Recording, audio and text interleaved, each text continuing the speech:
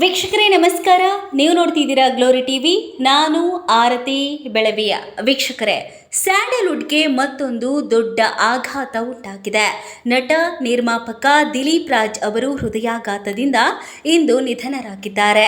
47 ವಯಸ್ಸಿನ ದಿಲೀಪ್ ರಾಜ್ ಅವರಿಗೆ ಬೆಳಗಿನ ಜಾವ ಹೃದಯಾಘಾತ ಸಂಭವಿಸಿದೆ. ಆಸ್ಪತ್ರೆಗೆ ಕರೆದೊಯ್ಯಲಾಗಿತ್ತಾದರೂ ಚಿಕಿತ್ಸೆ ಫಲಕಾರಿಯಾಗದೆ ಮೃತಪಟ್ಟಿದ್ದಾರೆ. ಪುನೀತ್ ರಾಜ್ಕುಮಾರ್ ಅಭಿನಯದ ಮಿಲನ ಸಿನಿಮಾ ಸೇರಿದಂತೆ ಕನ್ನಡ ಚಿತ್ರರಂಗದಲ್ಲಿ ಹಲವು ಸಿನಿಮಾಗಳಲ್ಲಿ ನಟನೆ ಮಾಡಿದ್ರು. ಹಿಟ್ಲರ್ ಕಲ್ಯಾಣ ಧಾರಾವಾಹಿಯ ಮೂಲಕ ಕಂಬ್ಯಾಕ್ ಮಾಡಿದ್ದ ನಟ ಕರ್ನಾಟಕದ ಮನೆ ಮಾತಾಗಿದ್ರು. ಇಂತಹ ಪ್ರತಿಭಾನ್ವಿತ ನಟ ಇಂದು ಆಪ್ತರು ಮತ್ತು ಕುಟುಂಬವನ್ನ ಅಗಲಿದ್ದಾರೆ. ಕಿರುತೆರೆಯಿಂದಲೇ ಬೆಳ್ಳಿತೆರೆಗೆ ಬಂದಿದ್ದ ಅವರು ಕೆಲವು ಸಿನಿಮಾಗಳ ಬಳಿಕ ಮತ್ತೆ ಕಿರುತೆರೆಯಲ್ಲಿ ಕಾಣಿಸಿಕೊಂಡಿದ್ರು.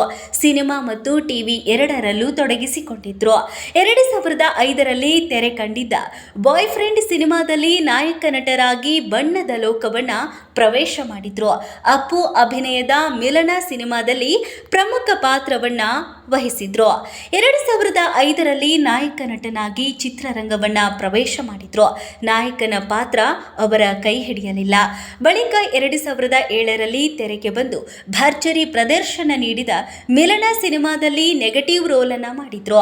ಇದರೊಂದಿಗೆ ಕನ್ನಡದ ಕ್ಷಣ ಕ್ಷಣ, 7 o'clock, ಲವ್ ಗುರು ಮತ್ತು ಇತ್ತೀಚೆಗೆ ತೆರೆಕಂಡ ಲವ್ ಮಾಕ್ಟೆಲ್ 3 ಸೇರಿ ಕೆಲವು ಸಿನಿಮಾಗಳಲ್ಲಿ ನಾಯಕ ನಟ ಸ್ನೇಹಿಯಾಗಿ ಪೋಷಕ ಪಾತ್ರಗಳಲ್ಲಿ ದಿಲೀಪ್ ರಾಜ್ ನಟನೆ ಮಾಡಿದ್ದಾರೆ. ರಿಯಾಲಿಟಿ ಶೋಗಳಲ್ಲಿ ನಿರೂಪಕರಾಗಿಯೂ ಕೂಡ ಕಾಣಿಸಿಕೊಂಡಿದ್ರು.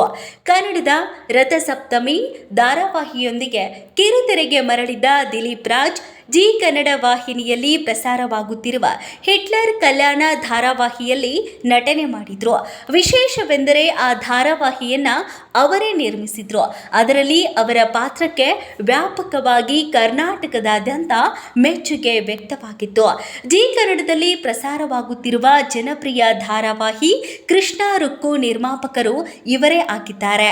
ಕಿರುತೆರೆ, ಬೆಳ್ಳಿತೆರೆಗಳಲ್ಲಿ ಸಕ್ರಿಯರಾಗಿದ್ದ ದಿಲೀಪ್ ರಾಜ್ ಅವರ ಸಾವು ಚಿತ್ರರಂಗಕ್ಕೆ, ಅವರ ಆಪ್ತರು, ಕುಟುಂಬ ವರ್ಗಕ್ಕೆ, ಅಭಿಮಾನಿಗಳಿಗೆ ದೊಡ್ಡ ಆಘಾತವನ್ನೇ ಉಂಟು ಮಾಡಿದೆ.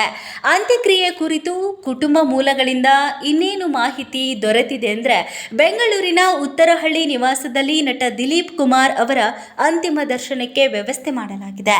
ಸಿನಿಮಾ, ಸೀರಿಯಲ್ ಸಹ ಕಲಾವಿದರು ಬಂದು ಅಂತಿಮ ದರ್ಶನವನ್ನ ಪಡೆದು ಕಣ್ಣೀರನ್ನ ಇಡುತ್ತಿದ್ದಾರೆ. ಇಂದು ಸಂಜೆ ಅವರ ಫಾರ್ಮ್ ಹೌಸ್ನಲ್ಲಿ ಅಂತಿಮ ವಿಧಾನಗಳು, ಅಂತ್ಯಕ್ರಿಯೆ ನೆರವೇರಲಿವೆ ಎಂದು ಕುಟುಂಬ ಮೂಲಗಳು ಮಾಹಿತಿಯನ್ನ ನೀಡಿದ್ದಾವೆ. ಮತ್ತಷ್ಟು ಸುದ್ದಿಗಳಿಗಾಗಿ ನೋಡ್ತಾ ಇರಿ ಗ್ಲೋರಿ ಟಿವಿ. ಲೈಕ್ ಮಾಡಿ, ಶೇರ್ ಮಾಡಿ,